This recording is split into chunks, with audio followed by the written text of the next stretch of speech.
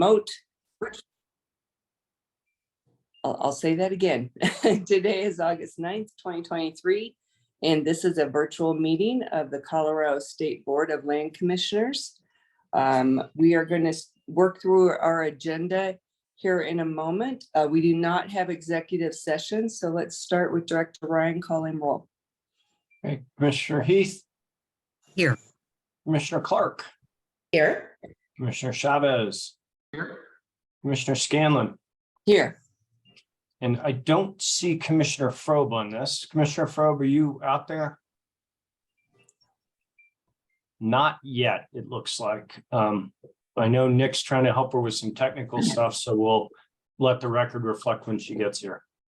All right, thank you so much. Let's go ahead and open our meeting. First, we'll ask if there are any comments from the public for any non-agenda items. And Nick, I'm on my iPad, so I can't see if there's folks raising their hand, etc.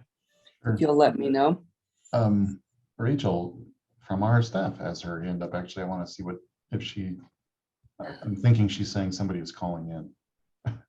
Rachel, go for it.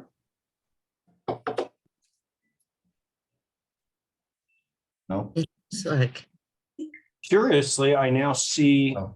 Deb Frobe's face and Rachel's name with a hand up. There's some technology. Maybe that means Commissioner Frobe, are you with us? I am, but somebody else is driving the controls apparently. Okay, I'm here. Can you hear me? Yes, we've got you. Okay, very good. You are listed on the screen as Rachel, but we know who you are. Yeah, okay, anyway. Okay. Okay, all right. So we're going to open up the meeting with public comment not related to any of our agenda items today.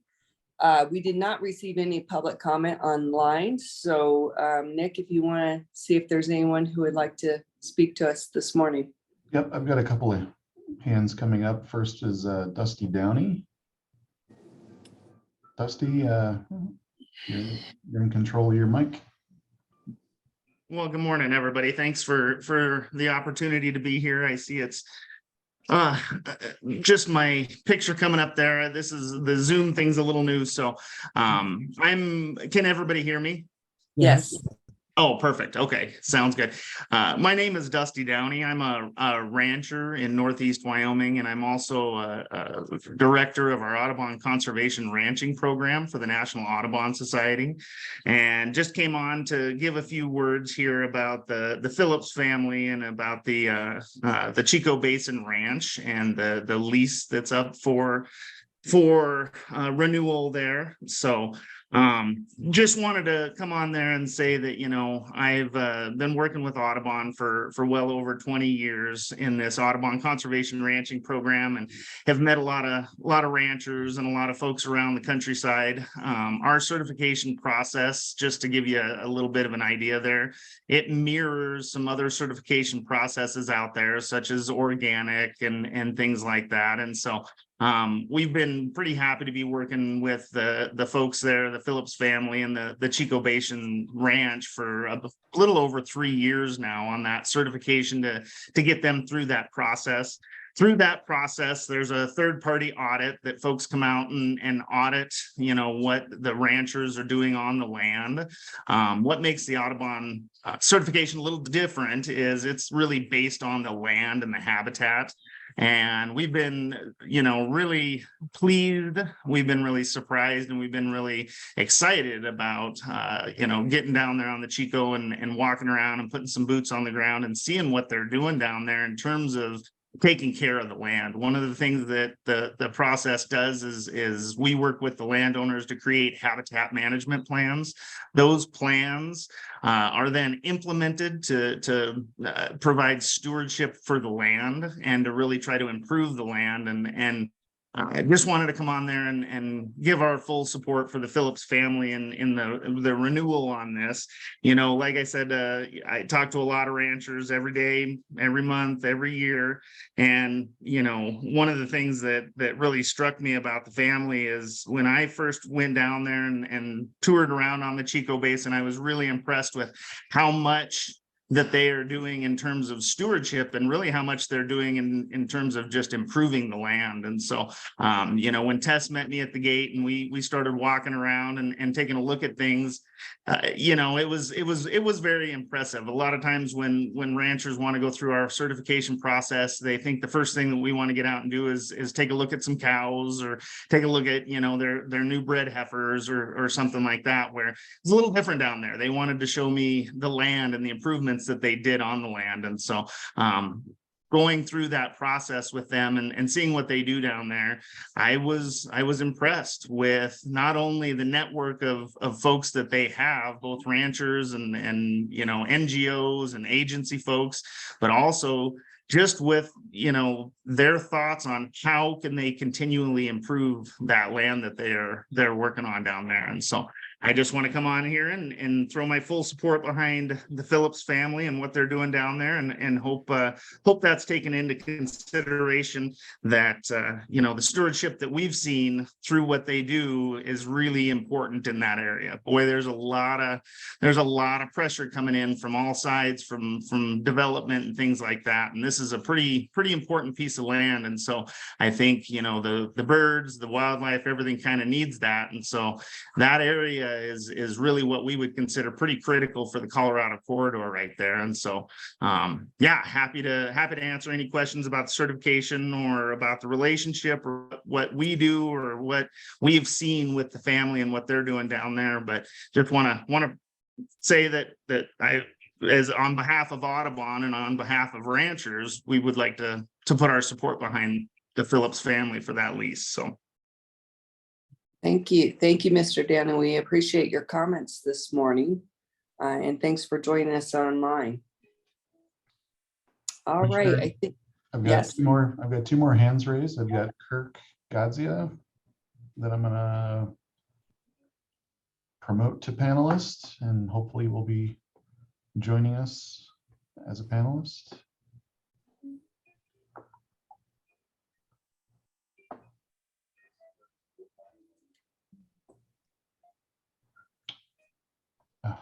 Come on.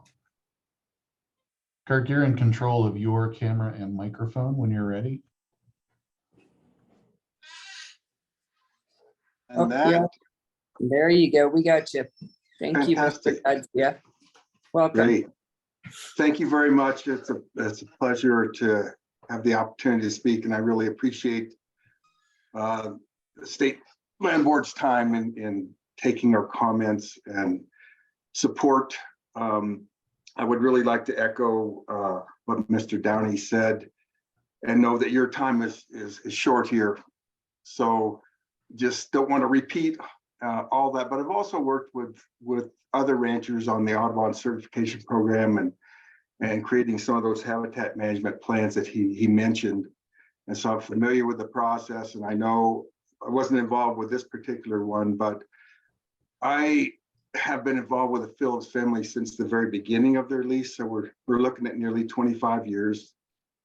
And I remember the original state of the land when they were able to secure the lease and begin managing and starting that improvement process. And particularly in the riparian area, which was begging for some help, and seeing that recovery, both in terms of the productivity, the water resources, which are critical for the state, and the ranch, and the habitat for wildlife, as well as the production of food and fiber for the nation.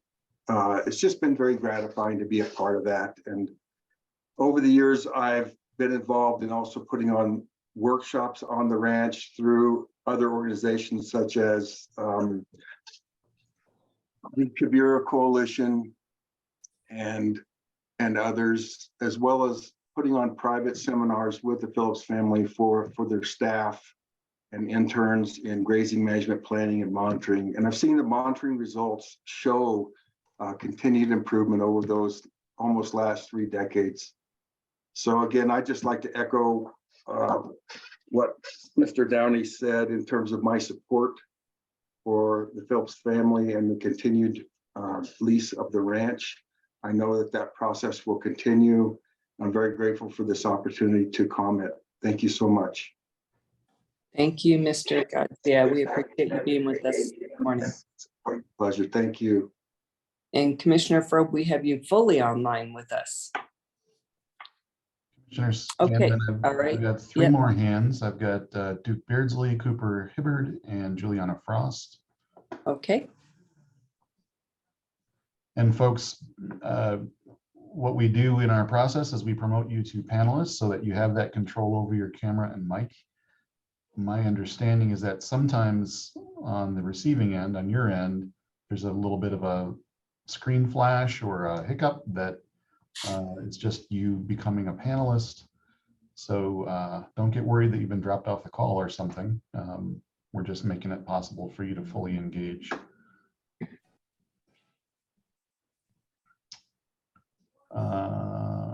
And I forgot who I just promoted, but Duke Beardsley. Duke, if you want to take control of your camera and mic, go ahead.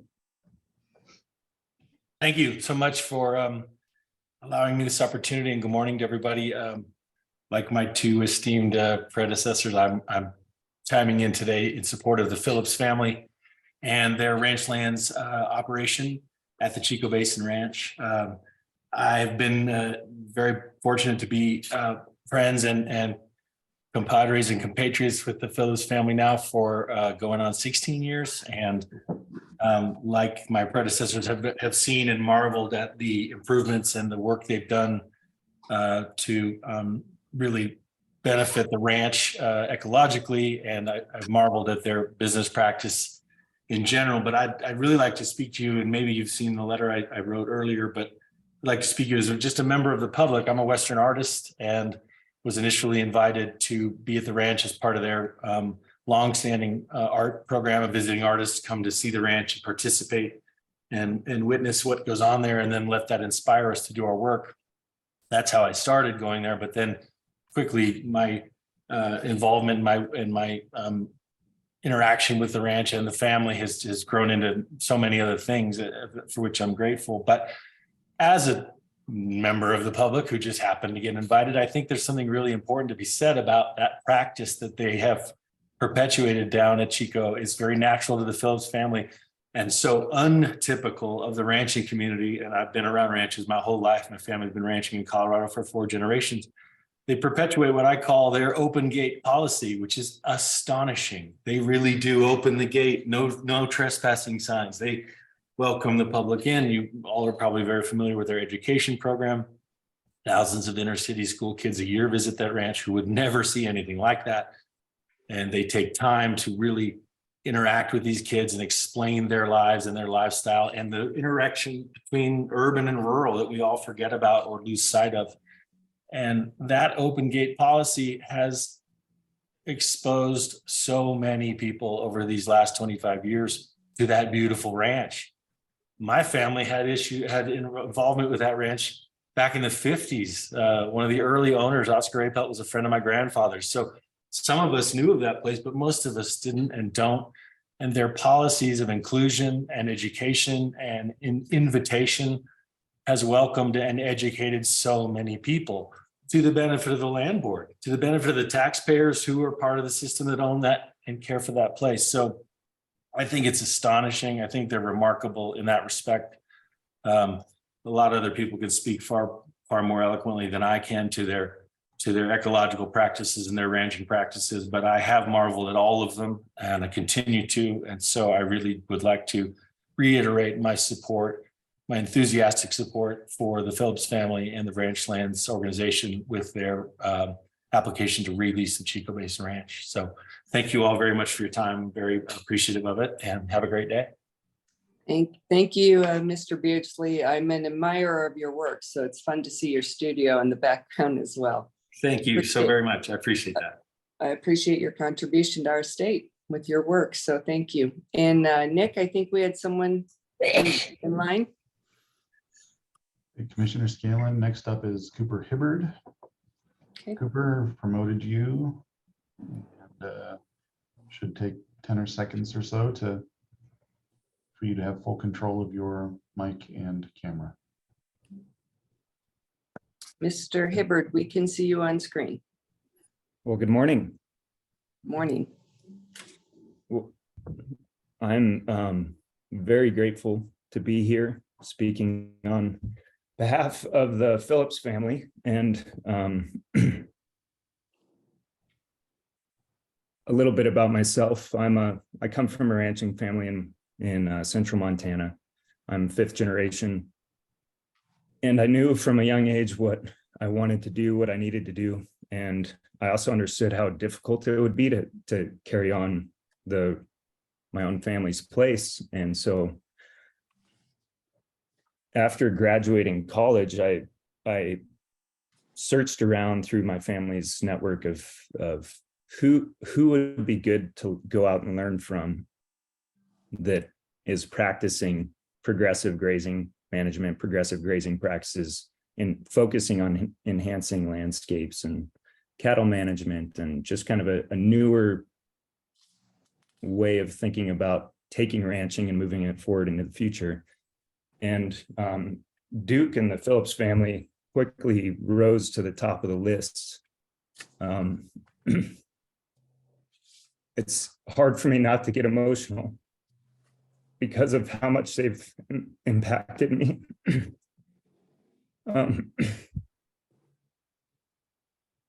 I truly can't say how much they've actually, excuse me,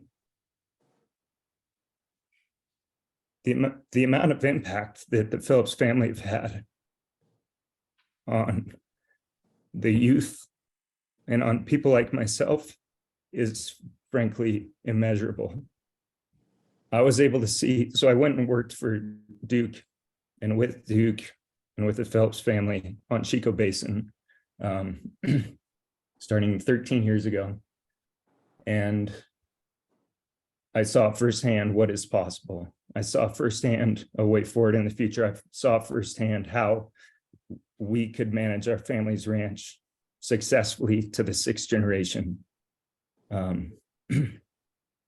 And that's through all the practices that have been mentioned so far through their grazing management. And I entered their ranch manager apprentice program, which has been a huge success, and they've impacted so many young people, and what it's basically done and what their focus is on. And I think this is why I get so emotional that so many other ranchers miss, is the human component.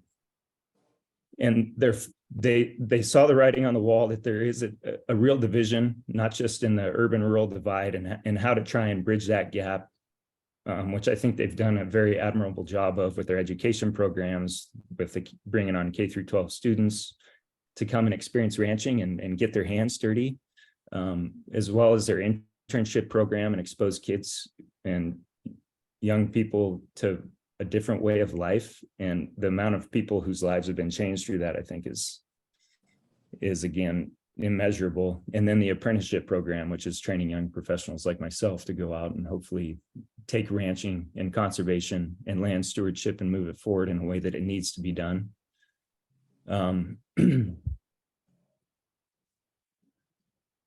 And so how it's impacted me, I saw through Duke and his family and their approach to management and their openness to trying out new ideas of frankly cultivating this passion in young people and bridging, and they just created this magnet of like,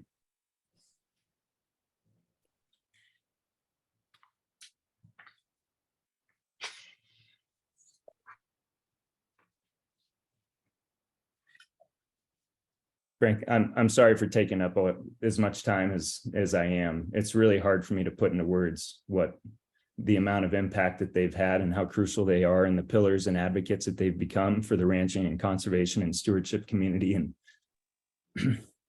you know, it's anything from, I'm now managing my family's ranch. I have been for 10 years. And because of my exposure through Chico Basin and the Phillips family, we've completely changed our practices. We've become spearheads and for progressive ranching management and grazing practices.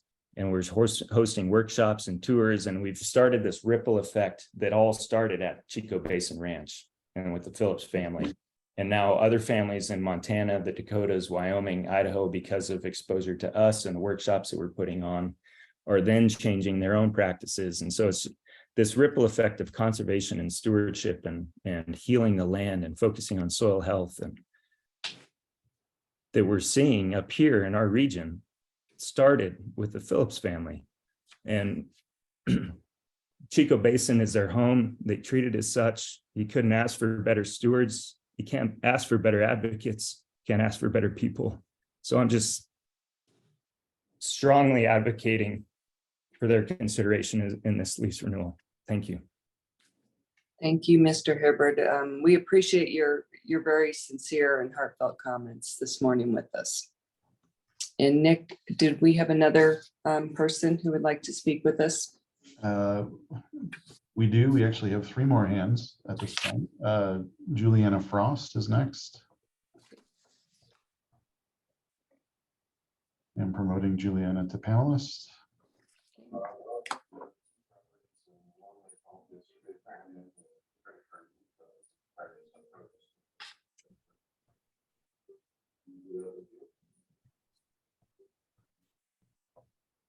Juliana, when you're ready, you've got control of your mic and camera. Can you hear me? Yes, we can hear you. Okay. Thanks for joining Okay. us. Thank you for having me, commissioners. Good morning. I definitely want to echo what Cooper said about immeasurable impact that the Phillips family and the Chico Basin Ranch has on community. I've known the Phillips since they took over the lease at the Chico Basin Ranch in 1999. And I've had the honor of being the director of education and a volunteer in the education program for many years. Over those years, I've hosted as many as 1,200 students a year from really pre-K to through 12th grade, as well as some adult groups. I've been a teacher in different countries and in different settings, and teaching out there has been remarkable. The impact it has on students and teachers. I've had huge hugs and weeping from teachers who have said, you know, my kids have never experienced anything like this. They come out for the day, they walk around the ranch, they see a porcupine, they get to watch bird banding, they see a newborn calf. I just had a very surprised high school class see a calf born, which was maybe more than they signed up for, but it was great. Who gets to do this? Who gets to see this? The ranch is incredibly welcoming and warm for people, for students who come to visit. I have students getting on the bus at the end of the day saying, I want to be a rancher. How old do I have to be before I can start working here? On and on. I see kids. I have a lot of experience in the classroom, and I know when the light bulbs are going on, and it goes on out there at the Chico Basin Ranch because of the Phillips commitment to educating and showing people what this life and work is all about. Everything from raising cattle to range management to just being on the land and being a good steward. There are very few programs where students and education work alongside and witness an active agricultural enterprise. There should be more of these everywhere. I have urban students as well as rural students, students who grew up very near the Chico and see things they had never seen before. These ranchers, the Phillips family, are so committed to this. I fully 100% support renewing their lease and continuing the education. And thank you for listening. Thank you, Ms. Frost. We appreciate your comments this morning. Commissioner, 2 more hands. Tim Thatcher is next.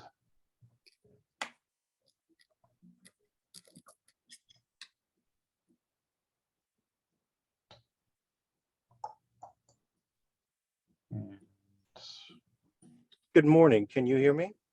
Yes, Mr. Thatcher, welcome. Thank you for the opportunity. Commissioners and staff, I would like to echo many of the heartfelt recommendations that have been spoken already.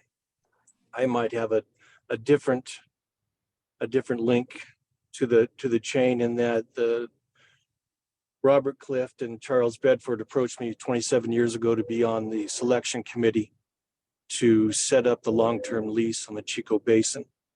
And before that, there was 3 leasees and there was lots of infighting, and quite frankly, the ranch was a mess.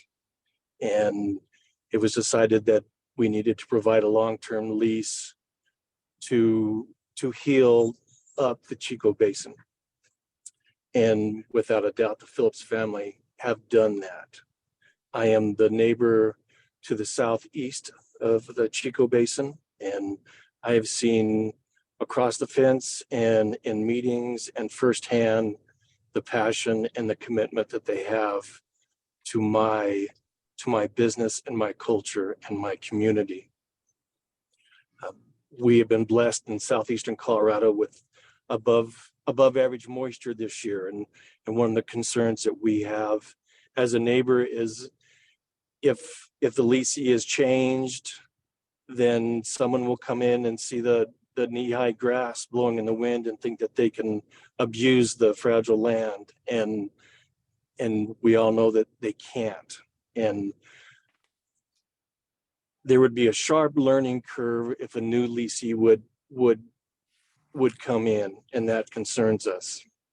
It'll take 2 to 3 years to figure out the pipelines and the rotation and the fences and the gates and where cattle need to be when there's a blizzard. And the Phillips family have learned all the details and small things that it's going to take to keep the ranch successful.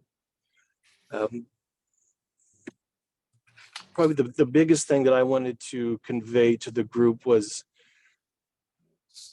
that the Phillips family are good neighbors, and it's easy to be a good neighbor in the coffee shop or driving down the road, but when we as a neighbor need help, whether there's a cow on the road and we don't know whose it is, or there's a lightning starts a fire, or there's a blizzard and things are getting rough, the Phillips family and their staff are there for the community. And I really hope that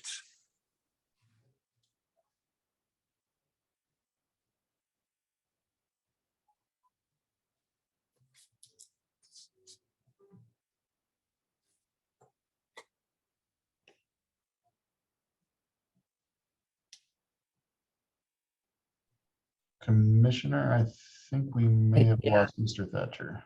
I think so as well, but if he is listening, thank you for your comments. We appreciate you joining this morning, and thanks for your history with the land board. And I do have one more hand from Dallas May. Okay.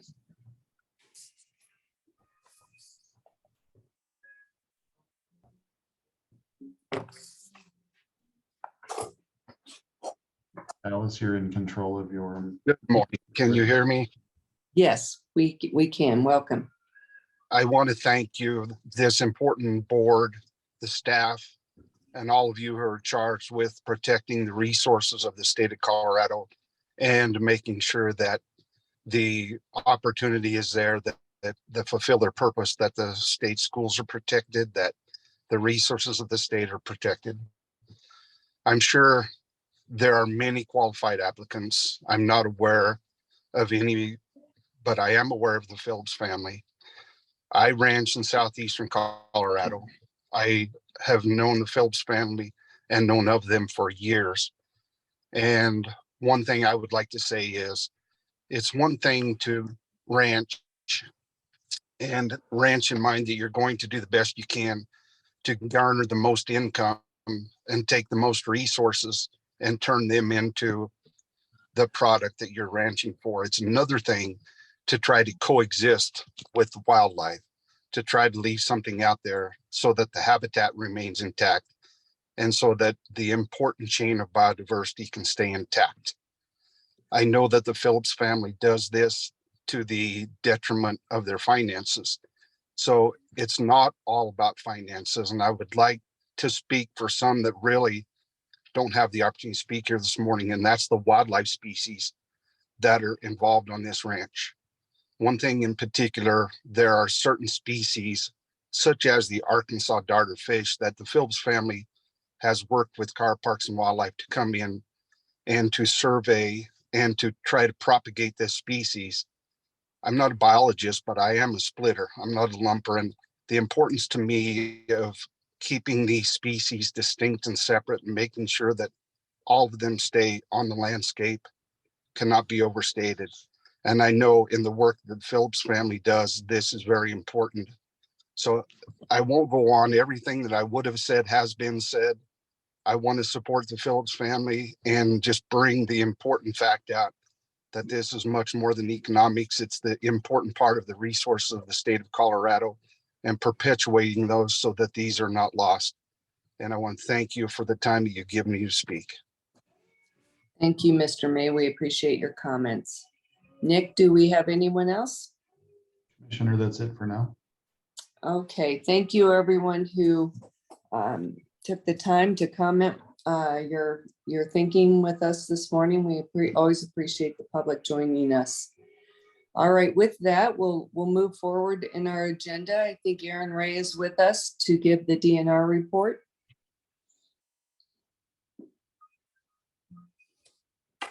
I am. Good morning. Thank you for having me. Welcome. I skipped you, Bill, but I'll come back. Thanks, Aaron. Appreciate Thank you, Chair Scanlon. Thank you, Director Ryan and Commissioners. For the record, my name is Aaron Ray, Assistant Director for Energy Innovation. I'm here on behalf of Executive Director Dan Gibbs to provide the monthly update for the Department of Natural Resources. And I'll start with some updates from the Executive Director's Office. We are happy to announce that Tim Brass has joined DNR's Executive Director's Office as Assistant Director for Parks, Wildlife, and Lands. We're really excited to have Tim as part of the team. He comes to DNR with extensive experience, most recently as State Policy and Stewardship Director at Backcountry Hunters and Anglers. Tim will be EDO's primary representative to the Land Board, but I will certainly continue to work with you and Land Board staff on energy-related issues. So looking forward to you working with Tim in the future. I'll also note that we will be advertising for a replacement for Vanessa Mazzal's position soon. I look forward to having more capacity on federal affairs coming. And lastly, EDO is partnering with the Attorney General's Office to deliver training for our various boards and commissions on DNR's new policy handbook, or I should say updated policy handbook for boards and commissions. We're holding trainings for the Parks and Wildlife Commission and the Groundwater Commission in the next couple of weeks.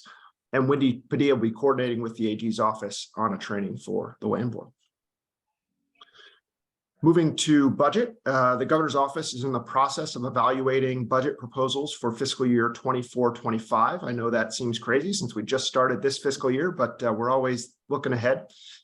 We've submitted proposals to the Governor's Office on behalf of DNR, and we had our initial budget hearing with the Office of State Planning and Budgeting earlier this week. We look forward to working with the Governor's Office over the next several months to develop our part of the Governor's FY 24-25 budget request. That will be submitted to the legislature on November 1st this fall. On the legislative front, the Governor's Office is also in the process of evaluating legislative proposals for next legislative sessions from departments. DNR discussed our legislative proposals with the Governor's Office as part of our budget hearing. In the state legislature, interim committees have begun meeting. Of note, the Water Resources and Agricultural Review Committee will meet on the 23rd of August at the Colorado Water Congress meeting in Steamboat Springs. The Legislative Interim Committee on Ozone Air Quality will meet on August 25th, and the Wildfire Matters Review Committee will meet on August 29th. DNR staff will be monitoring those interim committees throughout the summer and fall. Shifting to water, as I just mentioned, the Colorado Water Congress Summer Conference will be held August 22nd to 24th in Steamboat Springs. The Colorado Water Conservation Board will be meeting in Steamboat in conjunction with the Water Congress conference. CWCB announced just last week that Lauren Reese, who has been serving as acting director of CWCB, is the sole finalist for the CWCB director position, and the board will consider that appointment at their August meeting. Moving to climate and forest health, for folks that have been following the news, globally, July was officially the hottest average month ever recorded. While temperatures in Colorado were moderate, NOAA projects that temperatures over the next quarter in the state to be above average. The Colorado Office of Climate Preparedness has completed initial climate change impact modeling with a consulting team from McKinsey.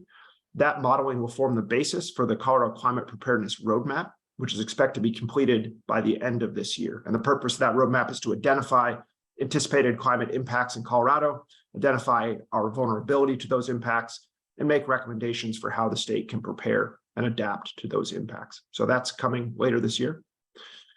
On the fire front, the Colorado Wildfire Risk Assessment update was released in July. That update includes a new analysis of fuels in the state to better understand the uncharacteristic fire behavior that we've seen in the state over the past 5 years. And that assessment was developed in consultation with the Colorado Department of Public Health and Environment, the U.S. Forest Service, and the Colorado Forest Restoration Institute. So if you haven't had a chance to see that, it's a really powerful tool. The Forest Service, the State Forest Service has been holding some webinars, sharing information about that tool, but we hope that it will be valuable for planning around forest risk. On the energy front, the second version of the Colorado Greenhouse Gas Reduction Roadmap is also under development. So lots of planning processes happen. The preparedness roadmap that I mentioned earlier is focused on the impacts that we anticipate and how to prepare.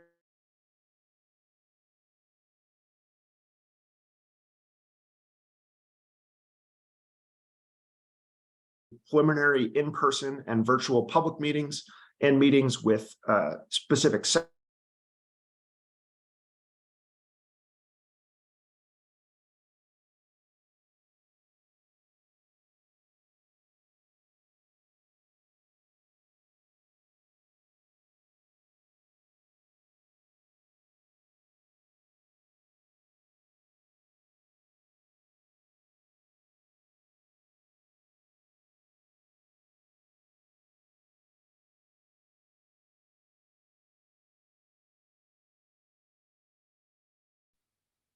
Okay, we're back.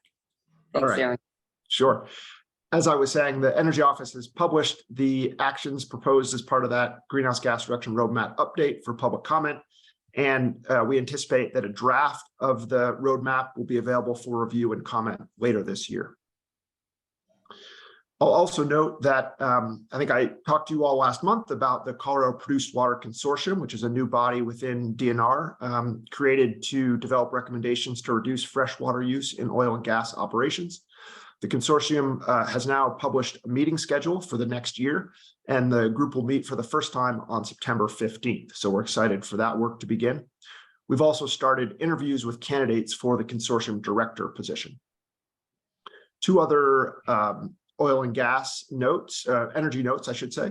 The Energy and Carbon Management Commission staff are developing rule concepts for deep geothermal rules and are engaged in stakeholder conversations about that upcoming rulemaking.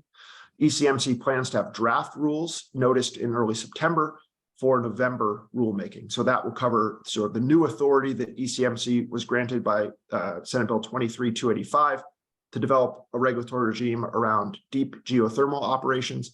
Those are geothermal operations intended for electricity production. Also, you'll hear today about a state land board carbon sequestration exploration lease. The Energy and Carbon Management Commission also has authority to develop the regulatory regime for carbon sequestration. They're planning development of those rules for early 2024. And they're beginning the stakeholder engagement process to develop those rules. So more to come from ECMC on the regulation of carbon sequestration in the state. And lastly, I'll talk a bit about some federal policy that we are tracking.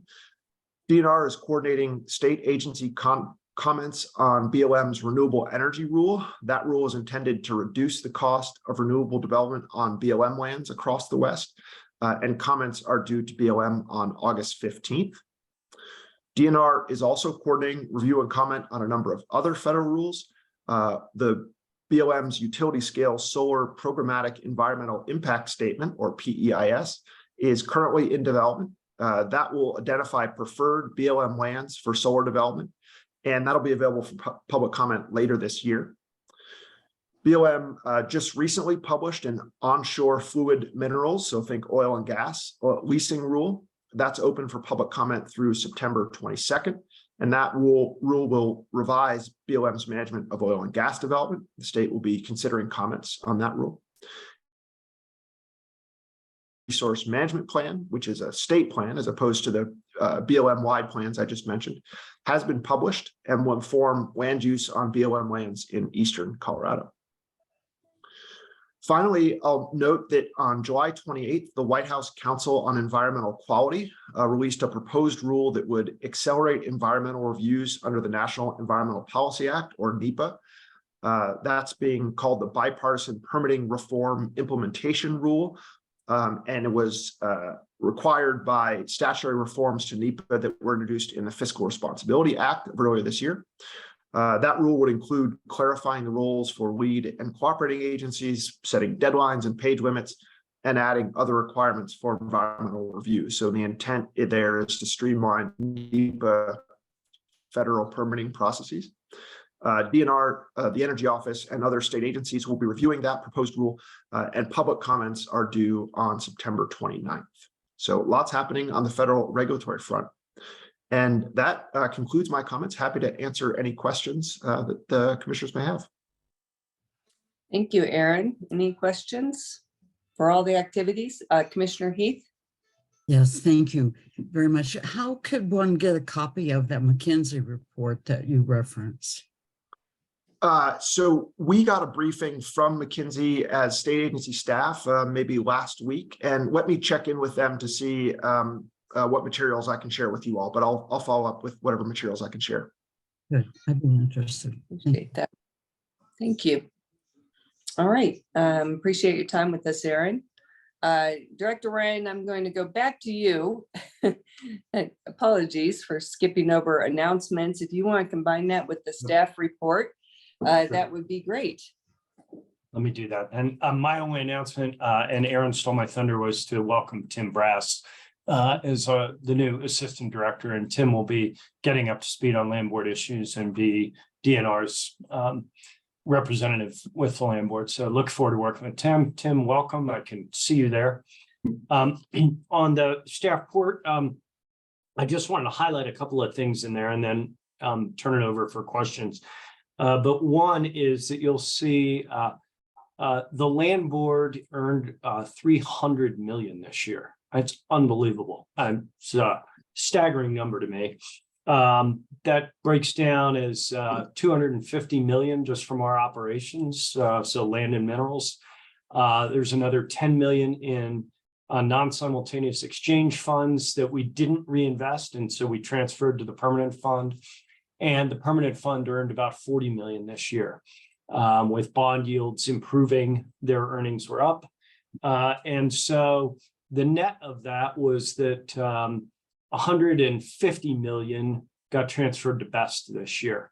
The math won't work out quite right because 10 million of the 150 was what the legislature, you'll recall back when the legislature was in session, they took $10 million that we would be depositing in the permanent fund and transferred it to BEST to solve some cost overrun issues. But anyway, just an incredible year by the team. And I wanted, we're all the team. So great job, everybody. Incredible year, and more details to follow in a future meeting.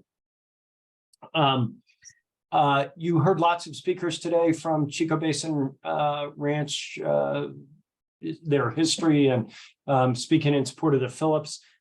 You see in the staff report, we did get 11 applications submitted for evaluation, and that process is ongoing. So that was the connection to all the speakers today, which I'm guessing you all figured out. And then the last piece I wanted to highlight was that William and others put together an adaptive grazing management workshop over 3 days down at the Chancellor Ranch. We had 16 of our lessees attend that. And what was powerful to me about it, in addition to how good the seminar was that accounted for not only 100,000 acres of our leased land, but another 240,000 acres of fee land. So I love the leverage of that model, that the adaptive grazing practices could be pushed out well beyond just our land and help with soil health and all of the things that we talk about in terms of sustainable and regenerative agriculture here. So great job by William and his team. With that, I know we're running behind schedule, so I'll be quiet and turn it over for questions. I just had one or a couple of announcements, if I could. One, just for disclosure, a friend to many of us at the land board, Alex Davis from Aurora, she called me a couple of weeks ago, kind of endorsing the Phillips family. And I pushed the conversation not to talk a lot about it or any at all really, and more about just what we do in general. So I just wanted to disclose that. I thought that was important. And then next week, as an announcement, Justin and I are going to be on a climate resiliency tour in the Northeast part of the state, looking at ranch land, farmland, and what we can do as a state, as an agencies, to mitigate some of those things. Yeah, I think that was about. At the end of the month, Kristen and Mariah, we're going to be in Fremont County for a award ceremony for one of the state schools that was built 100 years ago, that was been remodeled, restored. So we're going to be up there on August 25th. I'm sure all of you are welcome for that. Yeah, thank you. Thank you, Phil. And you are reminding me, I also had a call from Carrie Hauser, former chair of Parks and Wildlife and CMC president, also endorsing the Phillips as lessees. All right, anything further? As well. Okay. Yeah, exactly. All right. Appreciate the condensed version. We are going to go into final action items. Director Ryan has suggested that we switch Ben Teschner's presentation with Katie, if you don't mind waiting a minute, Katie. We'll have Katie go and then Ben second. I'll go third. Oh, you'll go third. I'm sorry. Yeah, I got your pushing me order. back. You were pushing you back. So Katie, you are on deck. Christine, before we leave that. Yeah. Can I just ask what the schedule is for the decision on Chico Basin Ranch? This is Greg Okish, Assistant Director. We're currently reviewing, as Director Ryan mentioned, we have 11 very compelling applications, and they're being reviewed by staff right now based on the criteria that were set out in the RFP. We anticipate interviews of finalists later this month and a decision shortly after that. And a decision meaning you would bring a recommendation to the board in September? It wouldn't, we are undertaking, this is a staff leasing decision, so it would be on the staff leasing agenda. You would have a chance to review that, but it was not set up as a full board agenda item. It's the same way we've handled all of the large ranches when we've leased them. That will be the September meeting that we would see that leasing agenda? It depends on whether, I'm not sure, it could be September, October. I think I'd like it to be September, but if we decide to do site visits, which we've often done to the finalists' operations, then it might take a little longer. Okay, thank you. So let me just understand the decision process. There recommendation from staff, but the final decision is from the board? No, staff will select a lessee, and our intention was simply to report that to the board as part of the staff leasing agenda. And we're following the process that was laid out in the RFP, correct, Greg? The board, Yes. What the board approved was the RFP for how this was going to go out. There were probably 3 or 4 different the meetings. criteria by which we were going to evaluate And again, we've worked very hard to be consistent in all ways on this RFP as we have been with all the other large ranches. So recently Lowry, North Mountain Ranches. I'm drawing a blank on the one down to the south. We didn't want anybody to say we did this one differently and they were therefore disadvantaged in some way. But we will vote on the board leasing agenda. Yeah, if there was an issue that Right.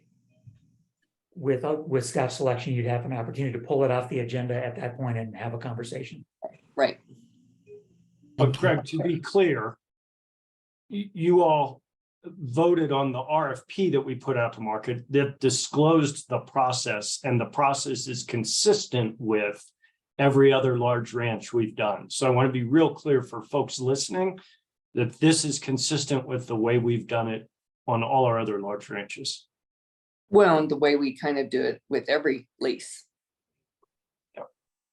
Okay. If I can ask a question, not a request really for a future meeting, and I brought it, it's not nothing specific to what we're doing now, but I have brought it up in the past, is if staff could give us the pros and cons of why on the big ranches we're not giving those lessees 118 rights, whatever the first right of refusal rights. And again, we don't need to talk about it today, obviously, but Sure. I really would like to understand that. Okay. Thank you. All right, very good. Okay, Katie, thank you for your patience this morning. We're looking forward to seeing your presentation. Oh, no worries, commissioners. Hopefully you can hear me because the internet in the Pueblo office has been a little strange this morning. All right. For the record, Katie Stitt, Oil and Gas Leasing Manager. Today, I'm presenting an extension request from Helium Exploration for their lease in Lincoln County. This lease would be entering its 7th year, which under the board's oil and gas development policy requires board approval for the extension. And staff believes granting an extension gives the board the best market opportunity for a bonus and protects the operator from the potential loss of the lease after they've invested significant resources into development. This lease is located in southern Lincoln County on the border with Kiowa County to the south. And to give additional context, the property is approximately 6 miles northwest of Haswell, which on the map is where I'm circling with the mouse. So hopefully you can see that. La Junta is approximately 40 miles southwest of this parcel, and Lyman's about 56 miles northwest of the parcel. So it's in between La Junta and Lyman.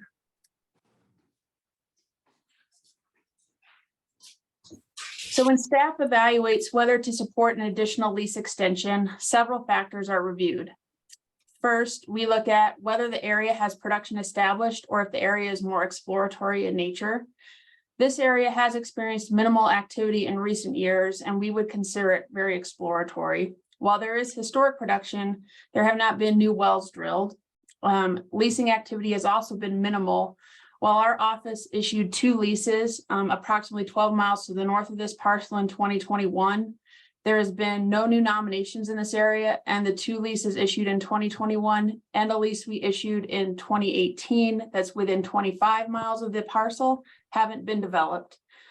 So the average bonus paid on those 3 leases for a 5-year term was about $18 an acre, and that'll become relevant when I go through the terms that we're recommending here. Second, we look to see if an operator has a plan in place to develop the lease. And this lessee, Helium Exploration, has been working on developing this lease since 2017 and has a plan to develop the minerals in conjunction with neighboring federal minerals. The third criteria that we look at is whether the operator has taken action during the primary term to develop the lease. And in this case, Helium Exploration has been working to acquire the lease on the federal minerals since 2017 and has been working to secure agreements for financing, drilling, and gas takeaway. Just for relevancy purposes, they're looking for a variety of minerals that could be developed, but they expect that there will be oil and gas as part of any wells drilled here. So that's why they need to have a gas takeaway plan in place. So with the actions that they've taken, staff does believe that continuing to work with helium exploration provides the best possibility for production of the oil and gas mineral estate. There are several things that indicate an extension will be most effective if we grant one for more than 1 year.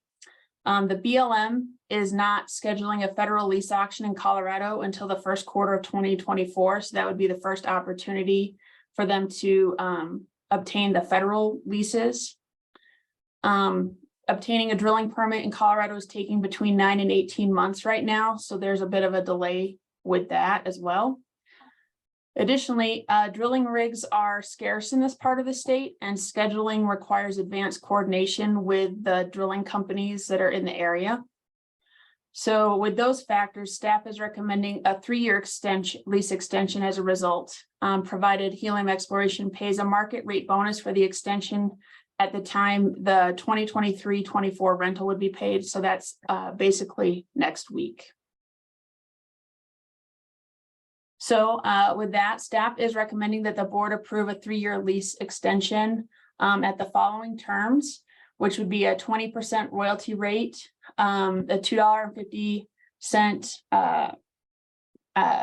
payment per acre for the rent, and a $25 an acre bonus, which would result in a total payment of $17,600. And I have provided the text of our board order on this screen here, and I'd be happy to take any questions. I do know that one of the representatives from Helium Exploration, Joe Bradish, is on the Zoom. I'm not sure if his business partner is, but if you had any questions specific, he would be available to take questions. All right, thank you, Katie. Commissioner Heath, do you have your hand Yes, raised? I have a question for Katie. Katie, in Mr. Sennett's letter, he talks about after we bought state section 36 from the land board, did they actually buy the land or did they purchase the lease? They purchased the lease. So we just want to note for the record, that's actually not correct, that they bought the land. They bought a lease. They did not buy the land. Yeah, it's Okay. misleading in his letter. Yeah, just want to note that. Yeah, thank you. Commissioners, any other questions or comments? Don't see anyone. We're going to open this item up to public comment. Nick, if there's anyone online. Folks listening along online, if you'd like to make a comment on this agenda item for the board to hear, please use the raise hand feature on your screen and we can promote you to address the board. Commissioner, I'm not seeing any hands raised. Okay, we will need a motion if one of the commissioners would like to do so. This is Commissioner Chavez. I move we approve the oil and gas lease 111309 extension as described in the board package. Thank you. Motion, Commissioner Chavez, and is there a second? I'll second. Second, Commissioner Frobe. We will call a roll call vote. Commissioner Heath, Aye. Commissioner Clark, Aye. Commissioner Chavez, Yes. and Commissioner Frobe. Yes. Chair votes yes, that motion passes 5-0. All right, thank you, Katie. Appreciate you waiting for us. Oh, no worries. Thank you, commissioners. All right, so now we're going to hear from Ben Teschner. And I just want to thank Ben, who helped to present some of his work on carbon sequestration to one of the groups that my organization is working with, who had an interest in learning more from him. So thanks, Ben, for taking that time. Yeah, But we'll- you're very welcome. Whoops, I've started the questions here. Hold on. You're very, oops, I seem to have an enthusiastic hound behind me who has comments on this item. I'll try to keep her restrained until until the appropriate time. For the record, commissioners, this is Ben Teschner, the Solid Minerals Leasing Manager. And as we've spoken about in the past, geologic carbon storage has fallen into my remit as well. And I'm here to talk to you about geologic carbon sequestration exploration lease 116038 with EOS Sequestration, which is a subsidiary of Carbon America. And Nick, there are a handful of folks from Carbon America who I believe you have in your list who may want to address the board or be available for questions. Is that? Yeah, Are all those three folks available? are here and have declined to be panelists at this time. Okay, great. Perfect. All right. So this is really exciting for the State Land Board because this lease represents the first step in a regional scale carbon sequestration project for Southern Colorado. And this is, something that I've been talking about a lot, is this idea of a new energy economy. And this is, one that we've been sort of envisioning for over the last decade and starting to, come to fruition in our state. And this is really exciting. And this represents not only, something big for Southern Colorado, but also for our, country a little more widely here. And this land that I'm proposing to you today that we lease to Carbon America and EOS Exploration or EOS Sequestration is hopefully the land that they will be using as part of a carbon safe grant from the U.S. Department of Energy that's for Carbon America and Colorado School of Mines to do this work, explore this property, and hopefully develop this into a large carbon sequestration hub. This slide, just as a review of what we're talking about here in carbon sequestration, is we can really break this larger carbon sequestration idea into two groups. We have sort of the nature-based carbon sequestration, where we sequester carbon in plants and trees and bacteria and soils and things like that. But as a reminder, that is not what we're talking about here today. We're talking about taking carbon emissions off of some emitting source, potentially in this case, multiple emitting sources, piping them to a underground location and injecting them underground. And in this case, very deep underground, greater than 3,500 feet, probably closer to 5,000 feet, depending on what the exploration results are. And in this case, we have at the land board made the conscious decision to kind of break these into two and manage, and the geologic stuff be managed by the minerals team and the nature-based stuff managed elsewhere. And you may say, well, Ben, yeah, I remember this slide because you showed me this slide a couple months ago when you asked us for a policy on geologic carbon sequestration.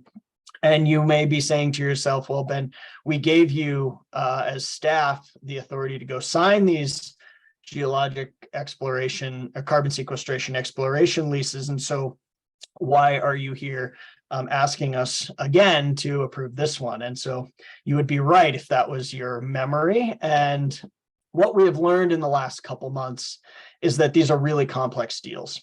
And they have some differences between these types of carbon sequestration deals and our typical sort of exploration / planning lease system that moves into a production and injection lease. And so, we use this same type of system in renewable energy and in mining.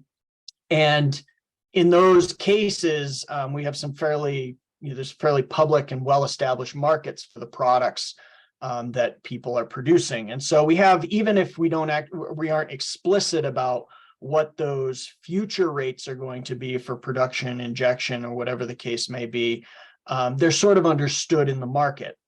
And that is not the case we're finding with geologic carbon sequestration. This is such a new industry that we found that both the land board staff and our lessees want a little more certainty about what that future injection lease is likely to look like, particularly some financial terms and things before they enter into an exploration lease and invest the money both in the lease and the money and capital and time in the exploration work.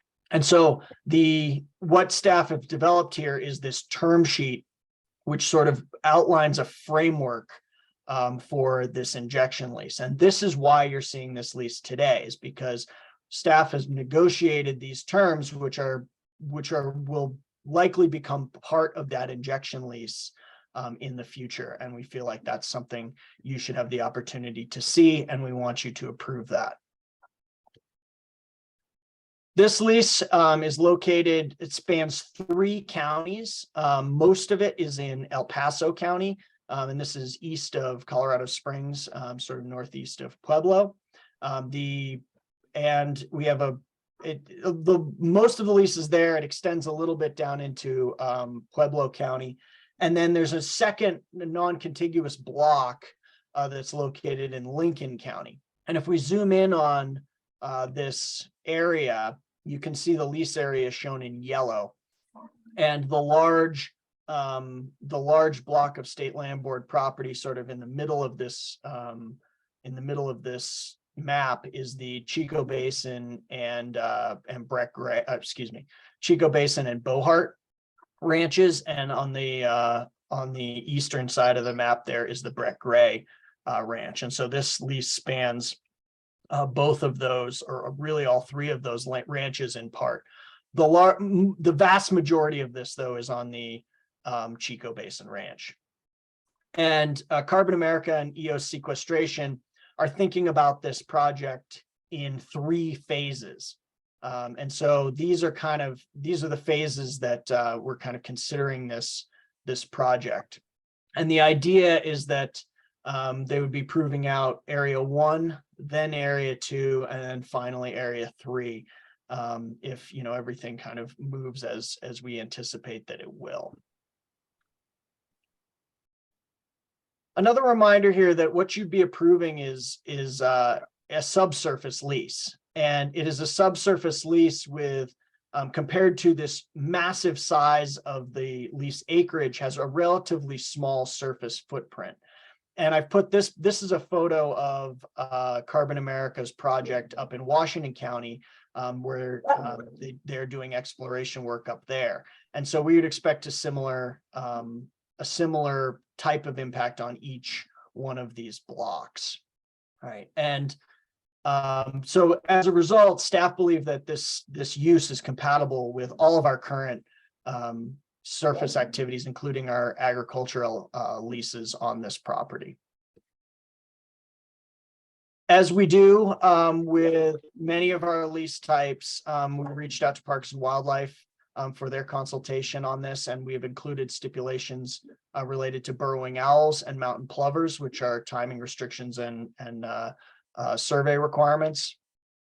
There's again, as we do with many of our leases, we require a cultural resources survey, what's called a class 3 survey, which is this is on the ground. Somebody actually walks, a qualified person walks and investigates any areas planned for disturbance for cultural resources, and those are documented and then dealt with appropriately if they are found. This lease is also, as I said, over this large area. And so there's a lot of other things going on this property. And so we have intentionally written the lease to be subject to the other things that are happening here.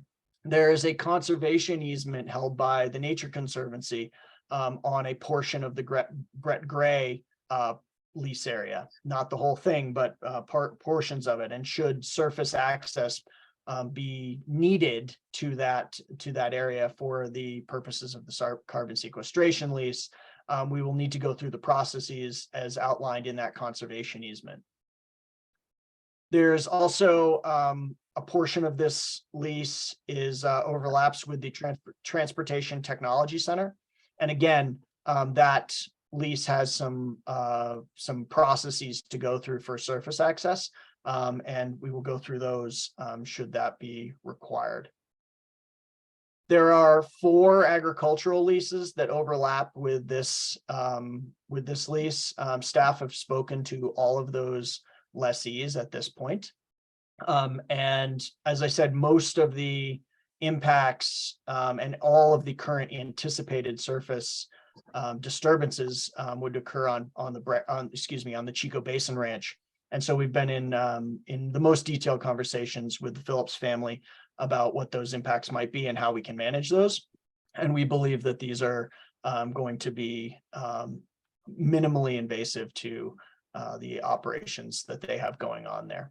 The other lessees, we've made aware that we intend to, we're bringing this to you today and talk to them about the impacts we anticipate on their leases. And again, which are minimal because this is primarily a subsurface lease.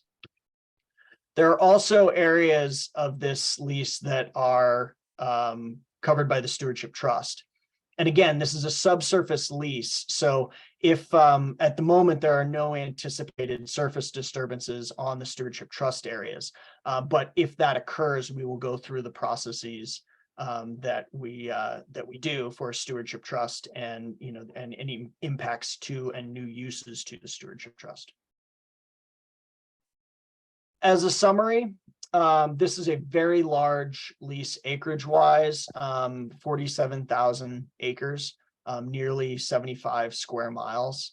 The term is for up to 4 years. And it carries a rent of $13 per acre for the first year and $12 per acre per year in years 2 and after. That results in total revenue in year 1 of over $600,000 and in years 2, 3, and 4 of $565,000. So about this term sheet, right? This is the part now that staff has worked on and negotiated with Carbon America for what the future injection lease might look like. And this is the part that I want you to pay some particular attention to as this is one of the primary reasons we're bringing this to you today. The staff have negotiated this really and view this as a floor. And it's written in the lease in such a way that should if we're unable to reach terms with Carbon America that meet these thresholds, that we have the ability to walk away from the lease. If the project turns out can't support these, then we have compelling evidence to believe that there's nothing stopping staff and Carbon America from bringing this to you at lower rates, but we would want to make sure we have some good justification to do that. By the same token, we've included escalators in these rates so that as we anticipate this market increasing, the land board would see returns for that. The primary driver for this activity is the 45Q tax credit, which is a federal tax credit. And so we've tied a lot of an injection fee of $2.50 per ton floor, plus some escalators that are tied to this 45Q should the 45Q rate increase. For context, we've looked at a lot of other land boards and some other places, and we think our best analogy or our closest kind of comparison is Wyoming, and they negotiated one recently at $1 a ton. Other states, including the Dakotas, North Dakota, I believe, negotiated one at 50 cents. So we feel like we're near the top of the market here on this one. We included the idea that there would be an annual minimum payment. This would be analogous to sort of the AMR in a mining context, where even if carbon is not being injected into the ground. This is sort of a fallback for us, so that if carbon doesn't get injected, we still make money. There would be additional fees for upside potential, particularly if we see something like voluntary credits, voluntary carbon credits suddenly increase in value or increase in value substantially, that the and those are things that could be monetized by the project, that the land board would see some upside there. And then we also included some robust indemnification. And this is really important because the regulatory environment here is so green as well. And so we're expecting changes to that regulatory environment. And in that landscape, we want to make sure that the land board is protected from long-term liability of whatever may occur on the property. So staff is recommending that the board approve this geologic carbon storage or geologic carbon sequestration exploration lease with EO sequestration on these 47,000 acres spanning these 3 counties. And to be clear, what you're approving today is an exploration lease. Should EOS exploration or EOS sequestration, excuse me, decide that this is an area that is suitable and the permitting process is far enough along that we have some confidence that we will be injecting carbon into this area, that will be a subsequent lease that will come before you again for your additional approval or consideration. Great, thank you, Ben. For convenience. Let's open the conversation up to commissioners with questions or comments for Ben.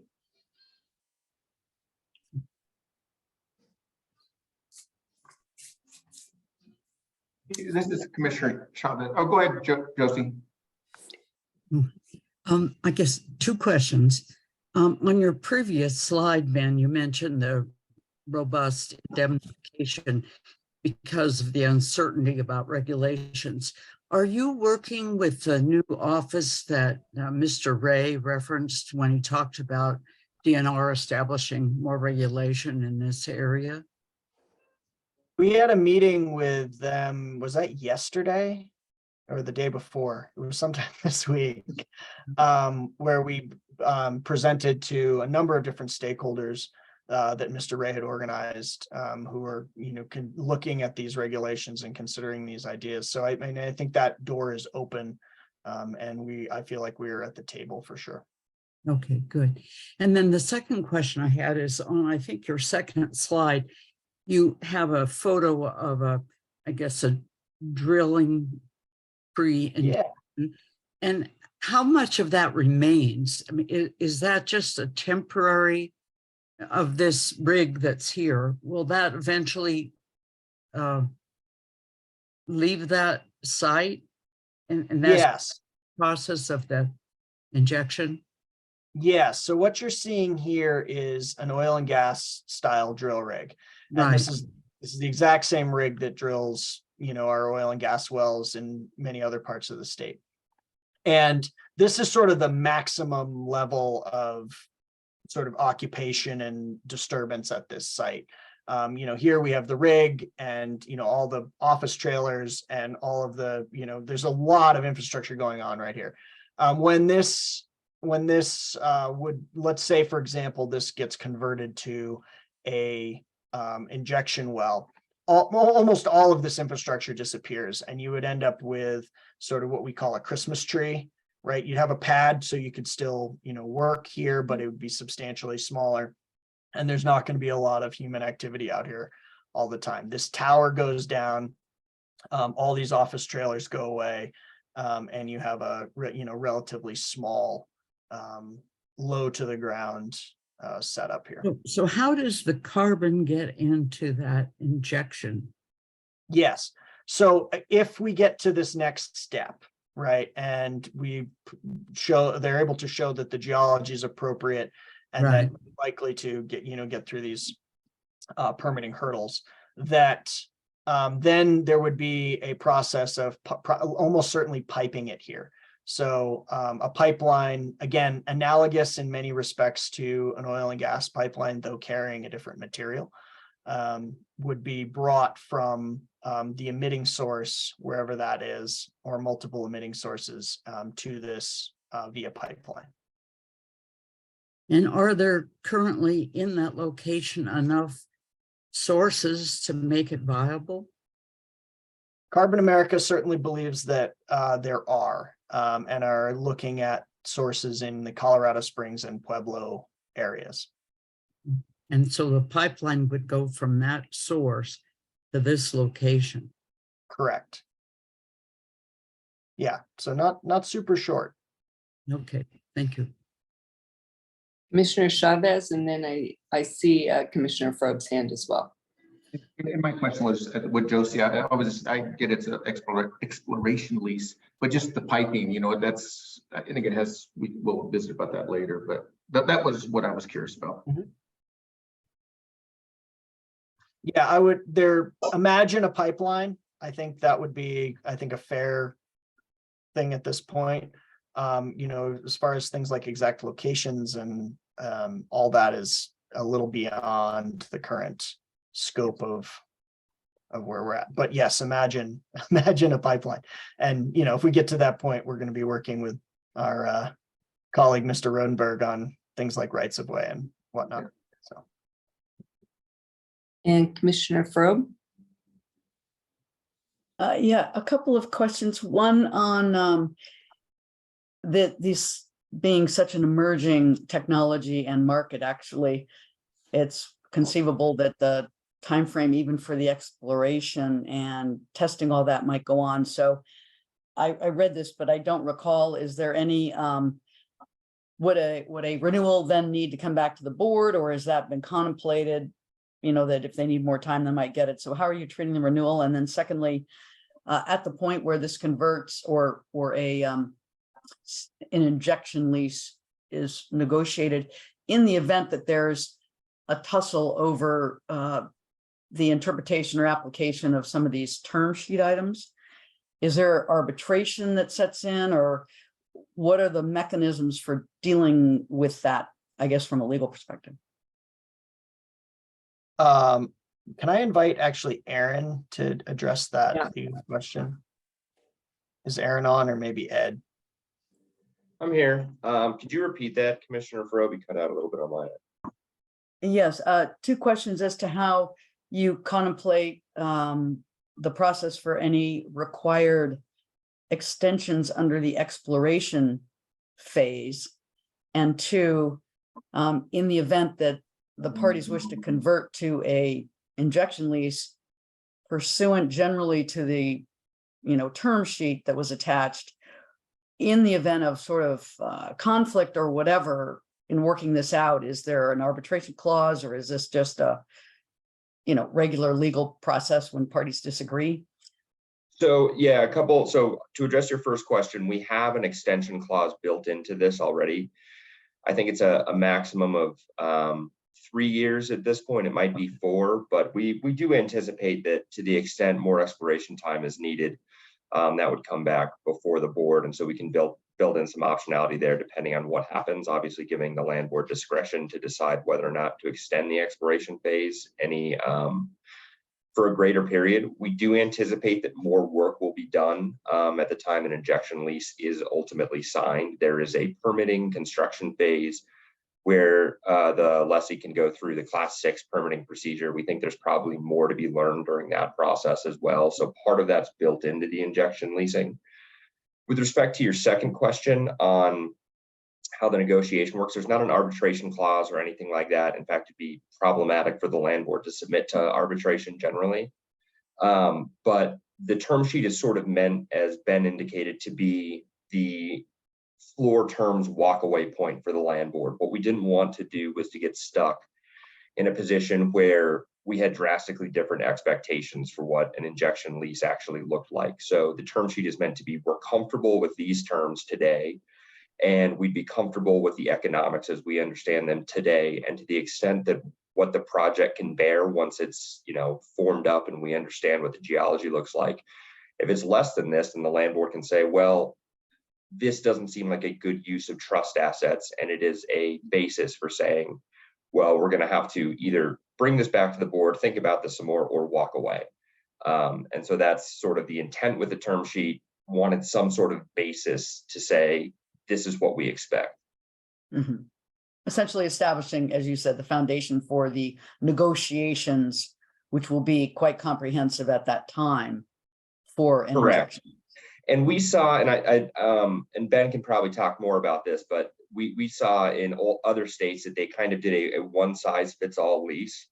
What I think the land board did here and what Ben and Crystal did was more creative in sort of the two-tiered approach, which gives us another chance to look at the market again in 3 years or so, which is changing rapidly, right? Rather than saying today we're locked into a price, here's what it is, we know what 45Q is.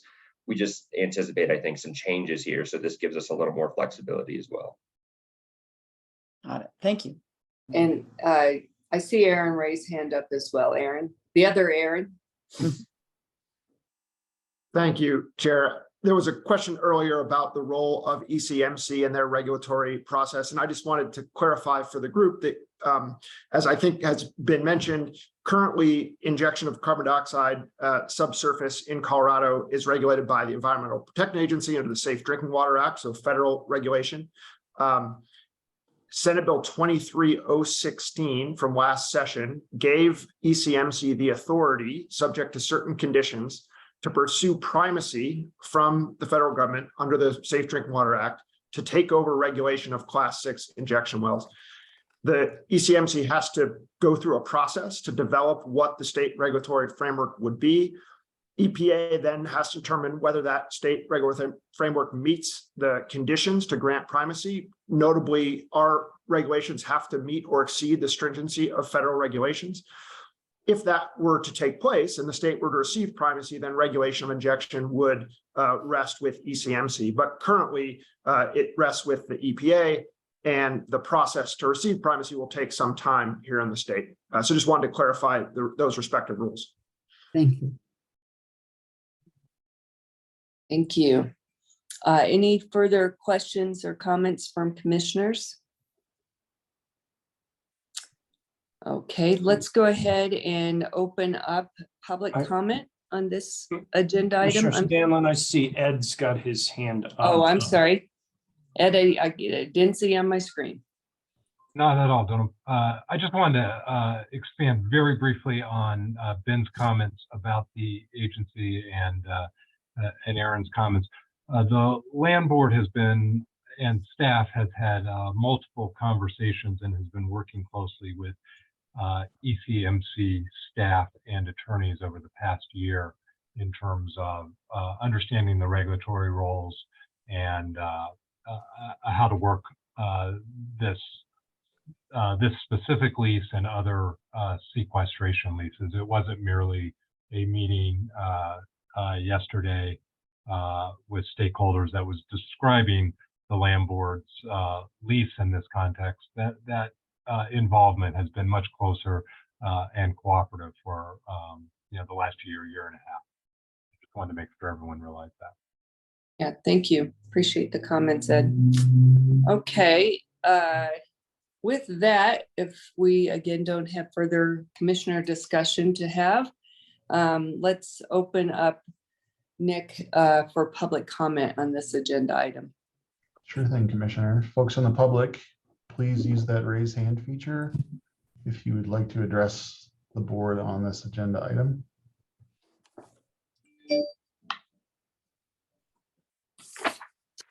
Commissioner, I've got no hands raised. Okay, all right. With that, we do have a board order in front of us and we need a motion.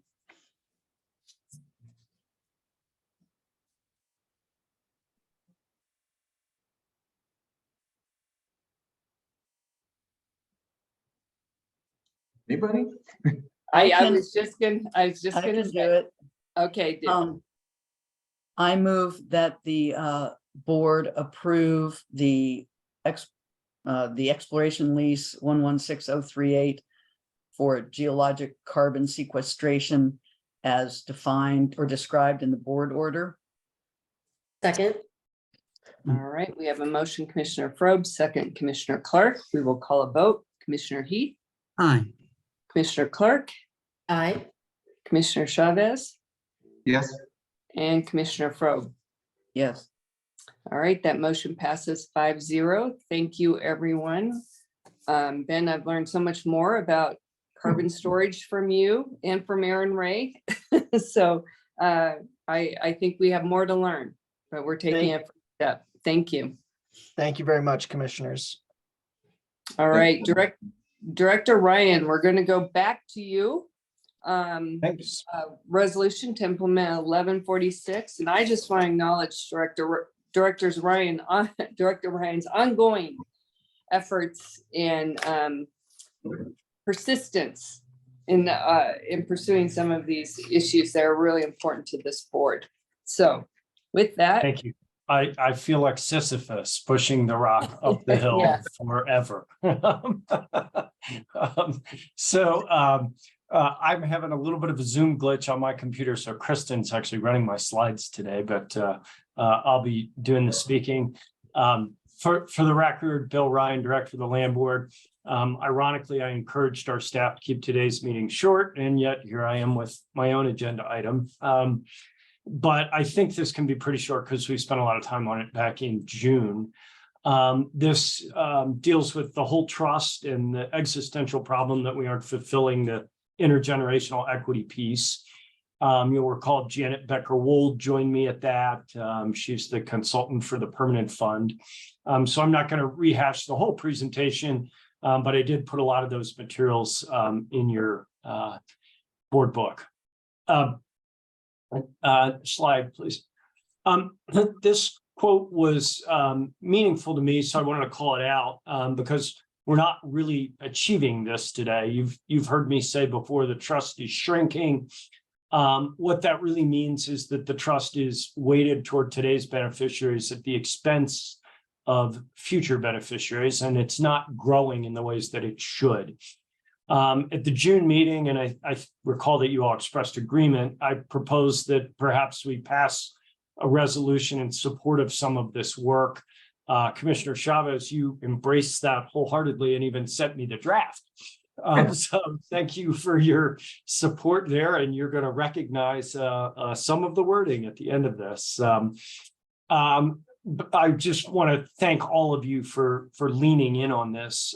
Commissioner Scanlon and Heath, you've been instrumental. Commissioner Chavez, thanks for drafting the resolution.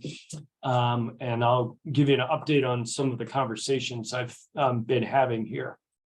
Next slide, please. As you'll recall, I view the whole trust as all of our assets, the holistic approach to everything that's in the school trust. So it's not just the land and the minerals, it's also the financial assets, the permanent fund. And you'll recall that there are three main issues that sort of contribute to our existential problem. They're on your screen. We talked about them at length in June. They're intertwined, but also distinct. And the path forward is to adjust each of these levers. Slide. But today, we're really going to focus on the asset allocation piece. This resolution today is focused on this third lever, asset allocation. So why are we focusing on asset allocation first? The answer is it's the lowest hanging fruit of the three levers, although it's still a pretty high reach, not that low. And part of the reason that it's low hanging fruit is the work that was done by the Treasurer's Working Group in response to House Bill 1146. That report gives us the third party endorsement that we need to really chase this. And we can point to it as the justification for the work that we're doing now. We didn't have this report 5 years ago when we started in on this work. And I don't want to let that report sit on the shelf, which seems to be what's happening with it right now. I want to seize the opportunity to implement the recommendations that they made. Slide. Another reason it's the lowest hanging fruit is because the numbers speak for themselves. You'll recall that I did sort of a backward looking model, and I get that hindsight's 2020. Wish we had a magic wand to do this, but if we had been invested just 50, the permanent fund had been invested 50-50 in equity and bonds rather than 0 and 100, and now we're 30/70. The permanent fund would be $650 million bigger than it is right now. That one change would have a permanent fund that's $2 billion today, 47% larger. And yet it still would have thrown off the same amount of distributions. So the beneficiaries would have gotten the same distributions. So I think that really helps underscore for me the point about asset allocation. Also, you may recall that when I looked at our peer institutions, there are a bunch of land boards that have big permanent funds. They are invested much more like traditional endowments. They're doing 7 and 8% annual returns. We did 2.3% per year over the last decade. It's just abysmal. We should be doing better, and we can make some simple changes to that, to make that occur. Slide. So recapping, at the end of the June meeting, we discussed 7 possible solutions that would correlate to making progress. The resolution before you today addresses asset allocation to permanent fund, and that's really kind of 3 of the possible solutions we talked about in June. We need greater asset allocation flexibility per the recommendation of the working group report. And so we need to broaden the allowable investments that the treasurer can invest this in. We need to remove the $21 million school finance guarantee. Again, that seems to be a driver that forces the higher allocation to bonds than we'd like. And we need to broaden how we define and interpret loss. Recall that the general fund's got to make up a loss. I think we've done a really good job already of broadening how we look at that. But and when we do those things, we can advocate for more equity in the permanent fund. So, any questions or more discussion before I move on to requesting your approval of the resolution? I think it's important. I'm out asking beneficiary groups right now to support this, and I thought we ought to go first and put our own resolution out there that shows support for the 1146 group and their recommendations. I also, Kristen, next slide. I showed you the one sheeter that we created.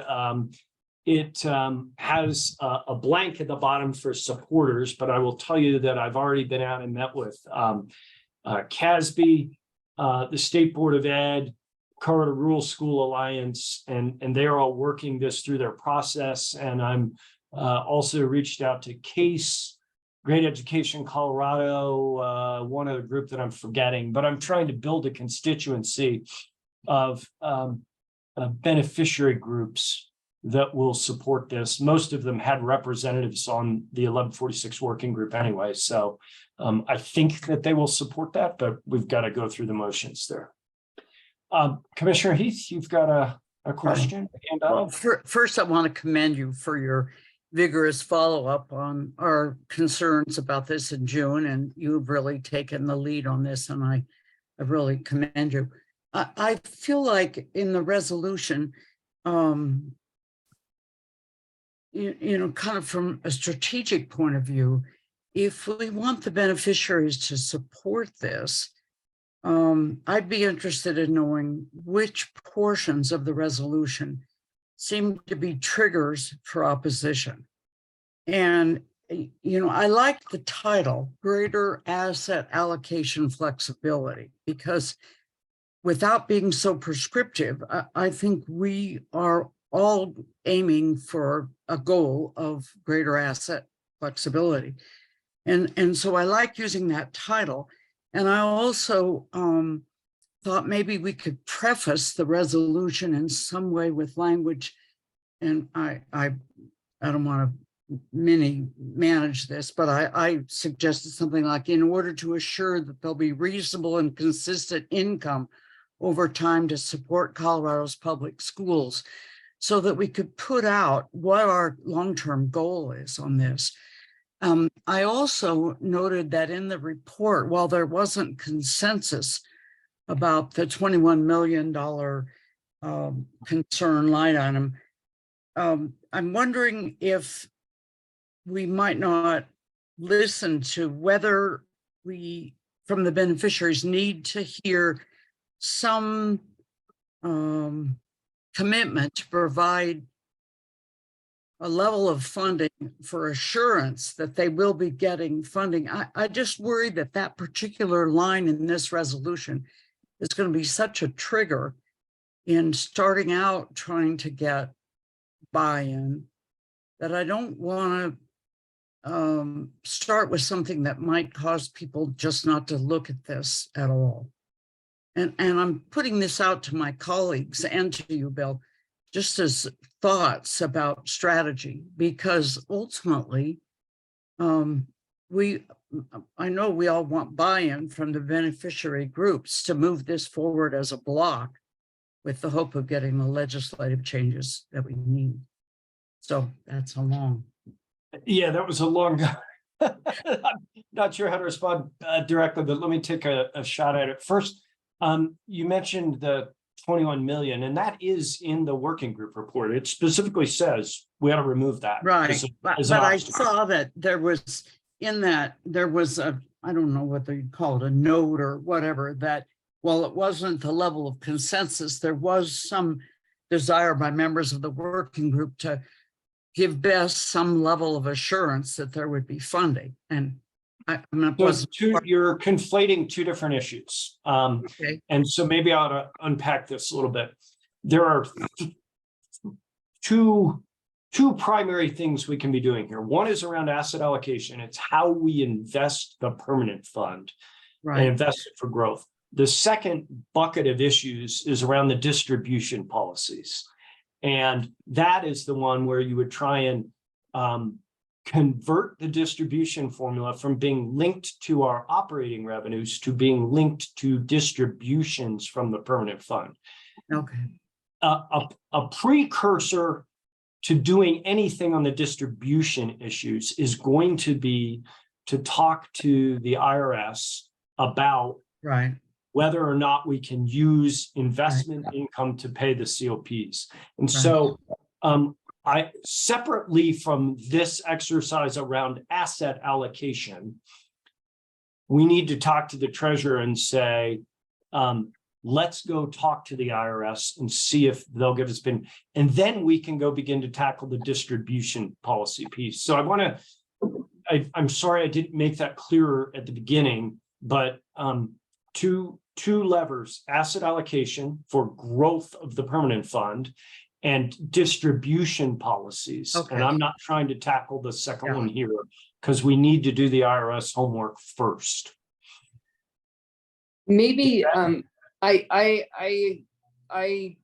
totally know where we're at, and I appreciate Josie's comments. Maybe there's a closing phrase, Bill, along the lines of we believe in doing these two things will greatly enhance the viability, sustainability, and help grow the permanent fund so that it's clear the intent why we're doing this. And it's part of what Josie alluded to the front end, but back in with the 21 million, I mean, maybe you could even put context to that. Instead of just the statement should remove the requirement, say, as this has been an impediment to our ability to grow the fund over time. Something along those lines so that there's context. I'm going to jump on too, if I may, with that. I think that's exactly right, that while it's a distribution issue, it's captured in the resolution, and it's such a driver to limiting the asset allocation. It is directly related to asset allocation issues, which are related to risk. So it seems to me that we really need to help people tie that together, because it's a second order of influence on or limitation on the asset allocation. And I'd like to follow up on a question. This is all tremendous work. And I think Josie's got some very good points. For me, this is a moment, and I would recommend that we include the three provisions that Bill's outlined. be very thoughtful about the wording and use the opportunity in dialogue to dig further. You know, if there is some initial resistance, there's an opportunity then to have the conversation and to dig it further. And I do support doing that in this effort because it gives you the chance to dialogue and understand more specifically what any resistance might be. My specific question, because now I'm a little confused, is about the, I thought we were addressing, but now I'm reading again and maybe not carefully, the requirement to make up realized losses. That has two parts. One is, what is a realized loss in what context over what period of time? And number two, that the permanent the permanent fund has to make that up, or the state land board, the permanent fund has to make that up. Are we going after the latter, the obligation, trying to remove the obligation again, because so we are not going after that yet? So the reason for that is it's constitutional. And this group said, don't go to monkey with the Constitution. Instead, what we've done is try to define the word loss in statute. And I think we've already done a pretty good job of that. What we did was to say a loss is defined as a realized loss, so not an unrealized loss, a realized loss, and you have an 18-month look forward and a 12-month look backward to have a gain sufficient to offset the loss. But beyond the definitional stuff, it has been my contention for a long time that we shouldn't ever have a loss, because the permanent fund doesn't have an ongoing obligation like a para or a Pinnacle that it would need to raid the corpus for. And so when equity markets go down, just don't sell. They go back up. It's not like we own individual stocks that will go to zero. So I think, in my opinion, the loss provision isn't really a driver here. And so did I answer your question? Maybe not. Yes, and provided an argument for that, and I understand. I don't understand fully, but I can certainly recognize the risk of dealing with the Constitution. It's really, despite the decorations around it, you know, the framing of loss, which are all beneficial, it really then, at the end of the day, is still the treasurer's interpretation of that provision that would influence asset allocation. Right? Yes.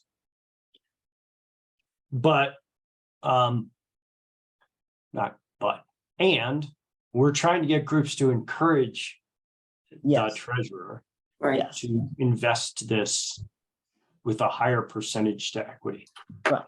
And a piece of that may well be, and it's not suitable for the one pager, but in conversation, that the specter of an abstract loss is driving decisions which result in very real loss in terms of opportunity cost. In terms of opportunity costs, that's right. In terms of missed gain. Exactly. So but a missed gain is a loss. And I'm just trying to make the point that another way to frame this for people is you're incurring a very real loss in pursuit and support of managing a fairly abstract, manageable risk in the future. But your restrictions are costing you real money today. That concept, I think, is a valuable one. At least I feel it is. Well, and I'll just chime in. The group avoided constitutional changes just because that would require a statewide vote, and that was kind of beyond our that was a real Pandora's box. We could do that. Yeah. I think, Bill, I'm just reflecting on the comments. I think the statement's great. The resolution's great as a factual document, but I think we want to make it compelling, so that if we distribute this, it also is motivating. kind of Is the, rule for do the folks. whereases get to any of the points you all raised? I mean, maybe you want them at the end, not the beginning, but we tried to put them at the beginning as the reason that we're doing this. And I would, pardon me, Jump right in. Yeah. I think we have to remember that this is really an inside game, the way it reads. And Kristen may be the person we need here. Somebody who reads this, who doesn't have the kind of basic information about the working group and recommendation, et cetera, so that we have a context for this, which talks about our desire to perpetuate substantial funding for public education in perpetuity or for years to come or whatever, so that we frame this in some way that's compelling. Commissioner Ethan, I just want to remind you, Commissioner Probe, you were muted. I could see you just during. So I was going to say, I agree with Josie. A lot is captured in the whereases, but it is that contextual. This resolution is evidence of the board's desire to remove impediments to the true fulfillment of the school trust. I mean,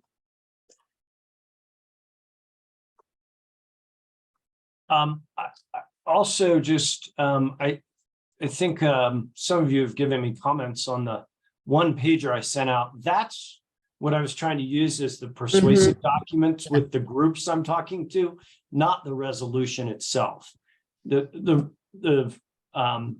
one pager, I think one of you appropriately said you need to make this super simple, and so I tried to use that one pager to explain the problem and the solution. So that's the document I've been using in the discussions with people. Fortunately, all the people I've been talking to were already on the 1146 working groups. They had a greater understanding anyway, but to the extent they were sending that out to their membership, that's what I was trying to use there. So two different documents here. The resolution is evidence of what we're trying to do. The one pager is sort of what I'm used to persuade. Mr. Clark, I see your hand.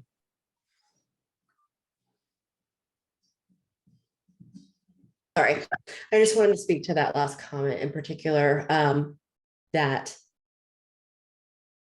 while there's a one pager that is intended for messaging and a resolution that functionally is serving a different purpose, I think it's important that, and what I'm hearing also coming out of this conversation here today, is that both documents are actually doing that. Like, some people will see one out of context. And so the more that we have crafted language for certain audiences in one pager that is getting to the heart of that, it can't hurt us to have pointed language in the whereas clauses that is aligning with that too, because we can't control where the message is coming from, and someone might have that without the other context. And so I think the goal here would be that there's a through line of what I'm going to law school, like the holding is, this is what all of this effort is intended for to do, and that's consistently messaged throughout any form of document that comes out about this. So that's why I would say that, yeah, having something pointed in the resolution as well, I would be in support of that as well. I think we've clouded the waters really successfully for you, Bill. I think I need to rewrite a resolution and come back. Yeah, I think that's what I heard. The whereases are great. I think there's a strong close that we need to make around the why this is so important. And it's not, we're stating this, I'm kind of with it. People familiar with this will see this, but honestly, we want people to copy this resolution, in my opinion, or the groups that we're talking to. And for their membership or members or affiliates, they may not understand all of this. And so a strong case for the why at the closing saying this will enhance allow the permanent fund to grow and provide even, more resources in the future, something along, something Kristen knows how to say. But I think this is our one chance to make a compelling case for doing this, I guess is all I'm trying to say. So it should be really strong and easy to understand, which I think your one pager, by the way, is great. And I don't know if we want to try and do that now or what the recommendation is, but I think this is our one chance, because to me, I'd want to send this with the report to everyone who served on the interim committee that generated the legislation, to the leadership in the House and the Senate. I mean, for me, this is really a moment to make the case, and the resolution should be the capstone to that, combined with all of the other materials that both the report, the one pager, etc. Is there any harm in delaying this? Because to wordsmith this now, particularly, I know some people have time restrictions. I'm just asking, because I think you're absolutely right, Christine. We want to get this one right. There may be some harm in delay because all the associations are putting forward their legislative agendas right now. That's why I'm trying to be in front of them now, so they know what they're going to advocate for. So they're doing that this fall. I don't know that it would be the end of the world, but do you feel like one of you has a good command on what you want to see in here? And you could say, like, we want you to move forward and wordsmith with person X. I heard the consensus that we need to build a stronger case for why we're doing this, and one that would be easy for folks to understand how compelling this case is. And you want to do it in this document and not the other document? Well, I do. Okay, I'm just making sure I this is the understand. centerpiece. A resolution is really, for me, we don't do these very often. Right. And it's a big deal for us, and it should, be a model for others. I don't know if this is how we could do it, but the draft, the board resolution, that is the be it resolved piece that's in the board book. That's our intent, is to do that. What we want is the language around supporting that. So can we approve this and allow flexibility to add the language that is making the case for us and delegate that to staff? Is that I think you understand where we're coming from. Is that a reasonable way to proceed forward, or do we really need to delay this and come back to it? No, I think that's a reasonable approach. Yeah. And can I suggest that we, if indeed we do, that we as commissioners support this concept, but that we would just like more specifics about the actual language, including the reason why. And I'm uncomfortable approving this resolution today. Resolutions really have a lot of finality. And I think if we can say that in concept, we support this, and then, I don't know, is it permissible that, you could do something and send it back out to us? Or if time's really an issue, and, I'm guilty, I didn't weigh in on this till last night. And if we all knew that we had something we had to review and get back to you. That's fine. And there's also a mechanism to just do a special meeting where we can vote by email or something like that. We'll notice that you're approving the resolution. I'll get the resolution out to you all. You can reply back. That can be a permanent record, I think. I'm looking for Ed's brow to furrow, but I think we've done that before. Just notice it and have your replies or have a short meeting or something. We'll figure out the way to make it happen. Okay. I'm not And- exactly so- sure of the mechanics, but that's our job. We'll figure it out. And I think we're all in agreement of, we really support this. We just want to add a little bit more to it to make our, this so strong and so clear from us. And I apologize with Josie. I've talked to you about this so much, Bill. It wasn't until I heard our discussion where I'm like, yeah, that would be good. That would be good. So, but everything you have is exactly right in terms of what we want to see happen. Well, that's good. How's that for specific? So we're not going to take any action today. However, we have an understanding that Director Ryan, and with the support, perhaps on the wordsmithing side of the chair, would then put forth a new one for an electronic vote. I'm perhaps happy to discussion. do that. Happy to do that. Well, let me ask this question. Do we want an electronic vote, or I feel like it's been helpful, all of us, to hear others' view of how they saw it. I've found this Well, helpful. yes, and could I ask that you read it and mark it up and send it back to me when you get it? So that we don't end up here the next time. Yeah. So I'll rework it and get it back out to you all.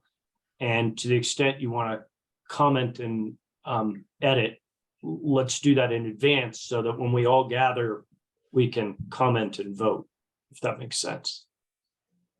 Yes, and I support having then a discussion, making Yeah. time to have a separate public meeting in the time frame you require, Bill, in the next. And week I or can two. take your all's comments and, redline them in so you see who said what or did what. There's a way to track your all's contributions and changes, so. All right, so I think my directions are to take the conversation and try and translate it into this resolution document and send that and the one pager back out to you all and call a special meeting at some point to get approval of that.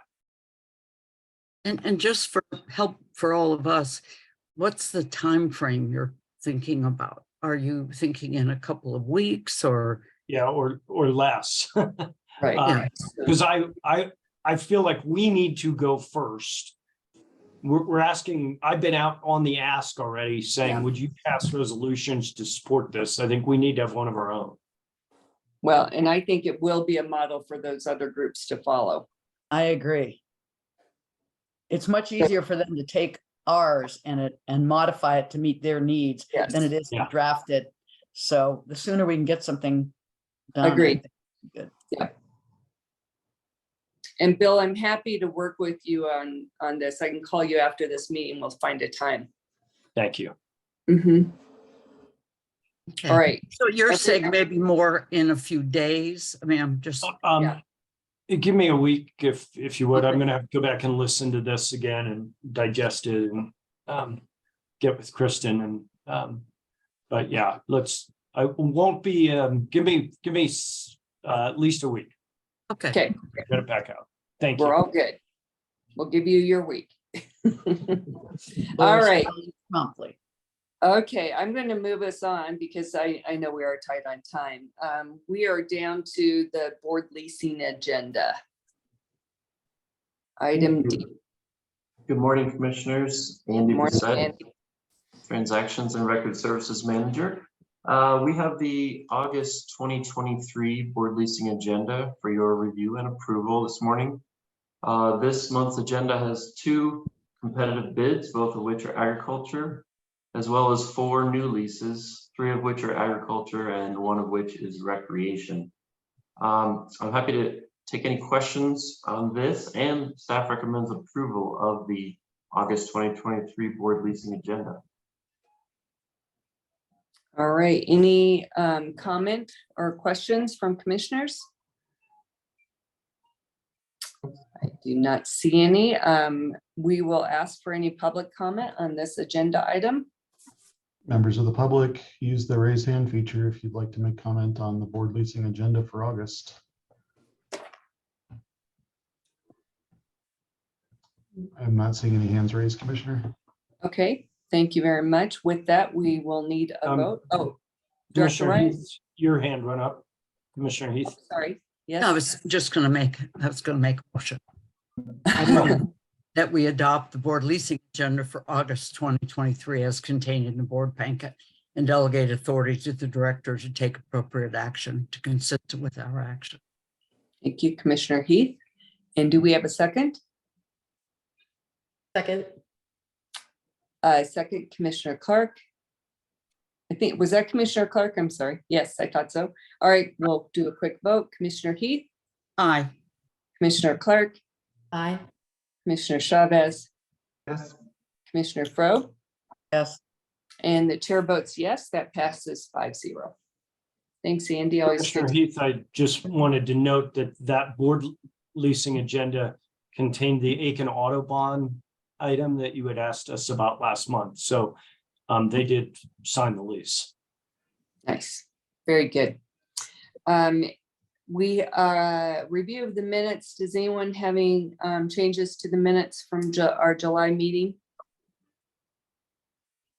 I am not seeing any. We will have the minutes approved by acclamation, and that brings us to the end of our meeting.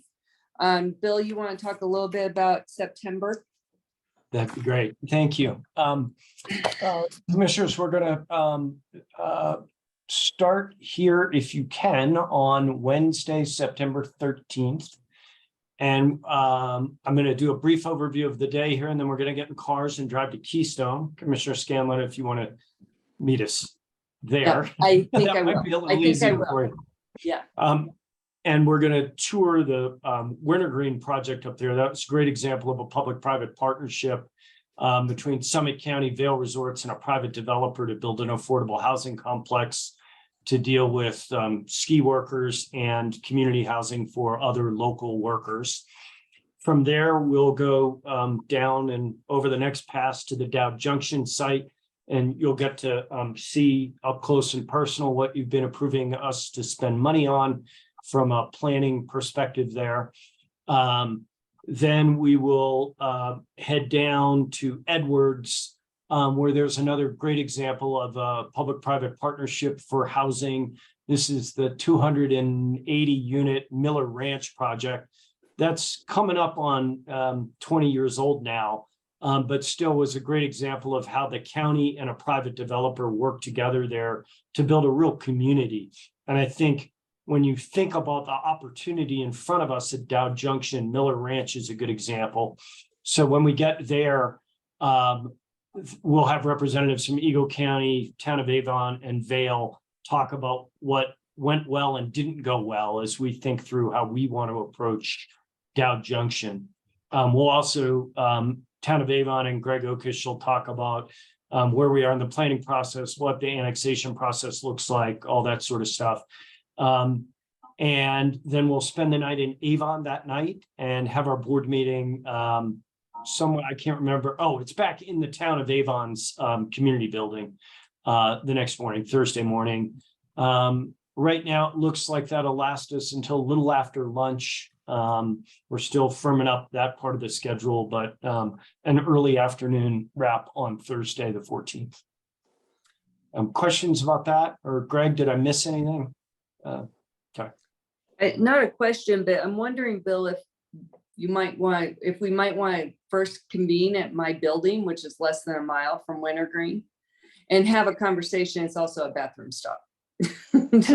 Just to have the conversation with everyone we're gathering before we go look at the site and walk around. It might be more comfortable for a discussion. That's a great thought. Let me see. I had originally said we would do that here, but let's by all means come to Keystone then and I use your plumbing and do the quick tour debrief. Well, I just could get you on the road and up there, but yep. Well, that might save us a little bit of time in the morning. So I see thumbs up and nods from the other commissioners. So we'll handle it that way. Okay. All right. Very cool. Thanks for the offer. All right. Very good. I think we are adjourned, and Bill will call and connect with schedules. Yep, I've got to get on another board meeting that I will. Why don't you call me? You call I'll me call you after. at lunchtime. I'm around Yep. all day. Okay. Sounds great. Thank you all. All right. Thanks, everyone. Thank you. Have a great Thanks, day. guys. Take care. Bye-bye.